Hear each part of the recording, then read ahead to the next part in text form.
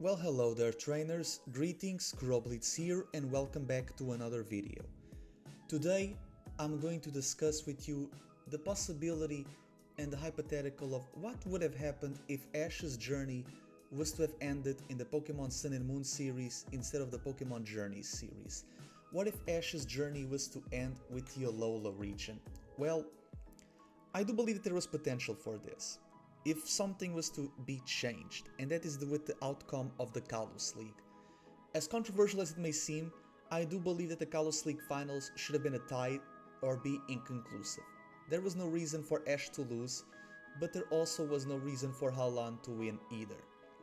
If they were a tie, you could basically have Ash become a teacher's assistant to Professor Kukui in the Alola school. Ash going to the school it's fine as is, however going to the school as a student, after 6 regions under his belt, plus the Orange Islands and the Battle Frontier, it really doesn't make any sense. If he was a teacher's assistant for Kukui, now that would have made a lot more sense. Imagine if he was an instructor, like in the Academy of Paldea, but he opens a battle club, and with that battle club, he either teaches students who want to learn about Pokemon battling, and for school clubs in local Japanese anime, you need 5 students at the very least for the club to actually be a thing.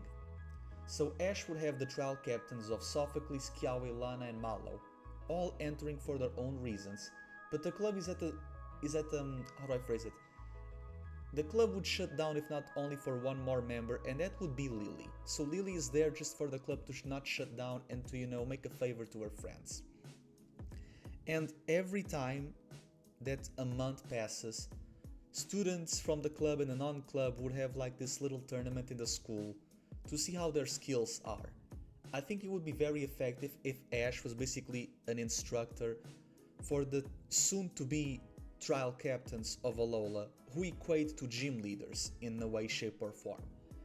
Maybe you could have arcs where Hilima is to leave school and he's going to Kalos because he knows how strong Ash is and he knows it was the last region he was in. And being taught by a league finalist that is Ash Ketchum, it's not the worst thing. You could have other trainers show up. You could have, for example, Mina show up and introduce further about the fairy types because it's the type of the Tapus. You could have Ryuki create his gym in Mali City to further cement this. You can have Acerola be a more participant student. You could have rivals, like for example, you could have like Hao being a student in another class, or maybe he's actually doing the pilgrimage. I feel like Ash teaching people, it works when he's not obligated to do so, so I feel like Ash opening a battle club and teaching these soon-to-be trial captains, it's kind of like Kukui's league project in a way. He hires Ash to teach, his future colleagues in some way, shape or form while he's building the Pokemon League. I feel like this would be very thematically fitting. Now, when it comes to the Elite Four, I feel like when it comes to the Elite Four, Kukui would have hired Hala, Olivia, Moulaine, and Kahili. Moulaine is here because of Ultra Sun and Ultra Moon, but I don't want for him to replace Hala, and I feel like he's a very fitting for the Ula Ula representation. No need for Acerola, and no need to put Nanu here. And Kahili is a former champion of the pilgrimage, so her being here makes sense. And that way you don't risk to put Kahili in the league preliminaries so that she loses off screen. There is really no need for that. Now, with Nanu and Team Rocket and with the Ultra Games, you have a possibility here of actually introducing Rainbow Rocket, but it would not be Rainbow Rocket from the games, it would just be, the idea of Rainbow Rocket, where you give, the organization, the Giovanni and the trio a final hurrah. Because if it's to end Ash's journey, that would have made a lot more sense, and Alola had the perfect opportunity for it. Because with Best Wishes and X and Y, they were very self-contained on their own accord, but because you have Professor Oak here, and Delia was also showing up from time to time, and Alola is very connected to Kenta, it would make sense for, other companions and other Pokemon of Ash to eventually show up from time to time in between the pilgrimage. That way, you basically minimize filler, you still have your slice of life, and you're basically enjoying Ash for who he is before sending him off. Ash being a Alola champion is fine. It's thematically fitting that he's a champion of a region that embellishes life, as well as, companionship between man and mon. And he becomes a champion of the underdogs. It's thematically fitting for his character.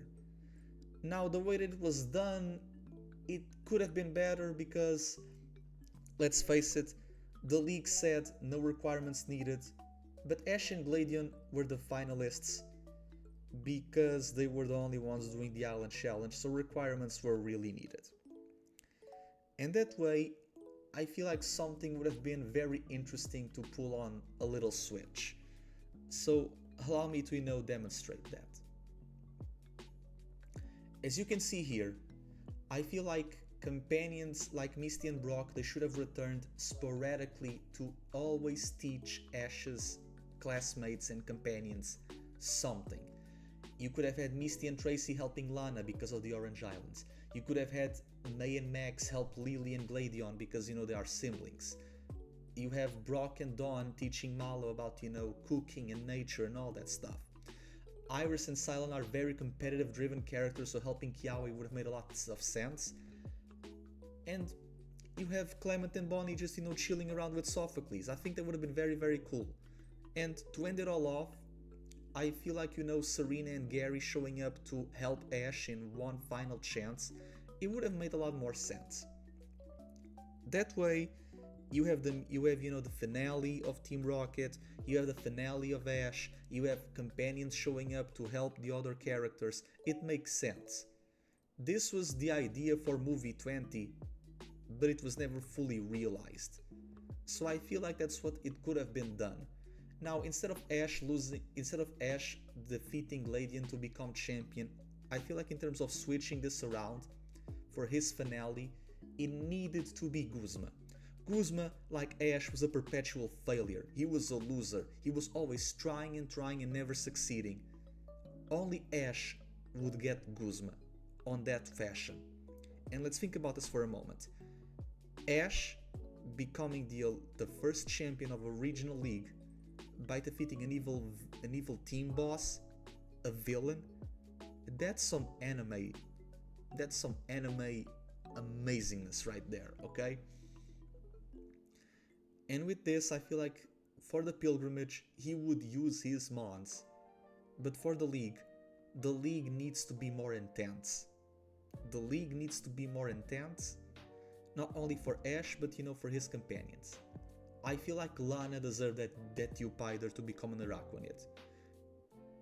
Sophocles definitely needed an Alolan Golem.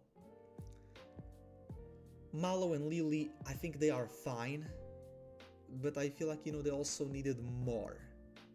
Not in terms of Pokemon, but in terms of, especially for Mallow, they needed, something. And I want to make this league be like the league of Unova, where the preliminaries are 1v1, and then we have 3v3s and 6v6s. Even though for Unova, only the top 16 is a 3v3, the other two are 2v2s, but that's besides the point. As you can see from the chart, this is what I would do. I would have Ash battle the female companion, the female protagonist, sorry, she would be like a one-off character. I would have introduced Celine, and she would have the CGI, and you give Torterra some redemption. For Mina, I would give Rowlet focus, but I will also give, Scraggy and Gible some support. And then for Ilima, Lycanroc would get focus, but then, Buizel and Bayleaf would also get the support. As for Acerola, Melton would become Melmetal, but he would get supported by Swellow and Torkoal. Swellow and Torkoal are here to get redemption from Tobias. Bayleaf or Buizel would evolve, whatever you want. The same applies for Gible and Scraggy. One of them would evolve. That's your preference. in terms of top 8, How also deserved a proper battle. And this is where you get, your Rowlet and Torracat moments because they are the starters.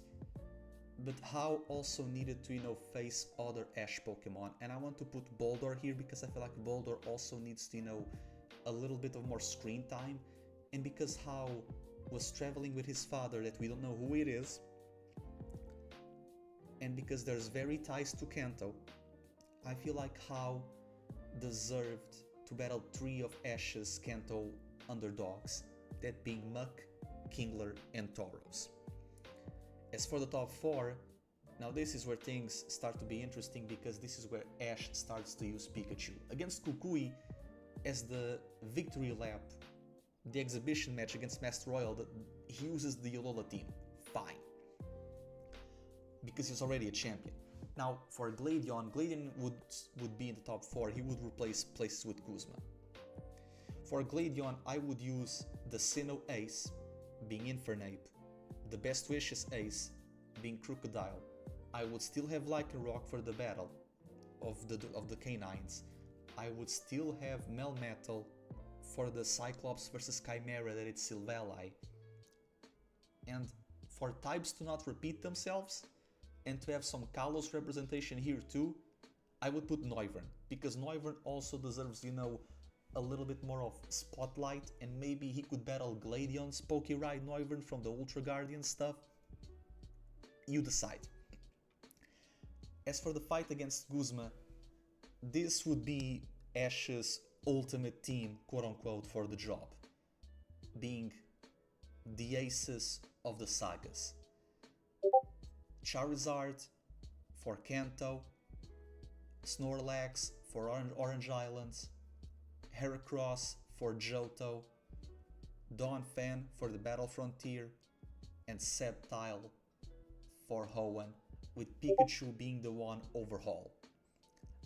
I can actually see, some cool matches here because maybe Heracross battles Pinsir, Pikachu battles Golisopod, fine. Maybe, Sceptile battles Masquerain. The one Pokemon that he doesn't have, it will be Vikavolt because it's Sophocles. So I would need to, give him something else. Like, maybe have Charizard battle Ariados. Or have Donphan battle Ariados because they're a Johto Pokemon. I would have to give another Pokemon for Guzma. I would give him a Volcarona. And, that would be Charizard's fight. Because Volcarona, it's the bug of the sun. So I feel like that fits both Ash and Guzma in a way, shape, or form. And I think it will be very fitting. But yeah. And it's kind of funny that Ash becomes a champion by defeating, a bug catcher, like the first type of trainers that you face. But yeah, that's it. I feel like this would have been a lot important for Ash's character to, end in this way. For, his companions to return, for his Pokemon to return, to help them out, and maybe you could give a Sun and Moon epilogue special for Lily and her family to find Moan, but he would not be in the Crown Tundra here, he would be in the Poképalago. There would be like a Decolor outshore of Alola. It would be like its own thing. And that would mean that we got 7 episodes of Journeys in 2019. So I feel like these 7 episodes, they would feel like epilogue episodes for, every generation of Ash. Maybe in the Kalos epilogue he goes to the wetlands and he reunites with both Greninja and Goodra at the same time. You decide. I think it's fitting. That way you terminate Ash after 22 years. Card number 22 in the tarot, it's the Fool. It's also card number 0, so it fits Ash because Jack of all trades, master of none. And it terminates also the Reiwa era of the Imperial Calendar of Japan. So I think that starting this decade, the decade of the 2020s with Journeys, and you have Go and Chloe on the helm, great. And then you would have Liko and Roy on the helm. Great. It would always be interchanging, or maybe you can do something like Beyblade where they're always introducing new people but the old cast remains in the shadows, but they're also like helping out. I don't need for Ash to be a world champion. I don't need for Ash to, be the acclamated Pokemon master or the strongest trainer. I just need for him to retire on a good note, which he did not. If it was like this, he would have, despite of the art style change. It would have been like the best way for his character, because he gets everything. He gets the trophy, he gets his friends, he gets a father. So there's that. Alola gave everything to Ash, and I feel like it would have been a nice way to finish his story, with the sun and the moon, and for him to being the brightest star in this great Pokemon world.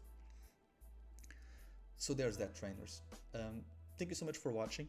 Let me know what you guys think in the comments down below. How would you have ended Ash's journey if it was to finish in the Sun and Moon saga, or any other saga for that matter? Make sure to like, share and subscribe, and I will see you in another time, trainers. Thank you for the support. KuroBlitz out.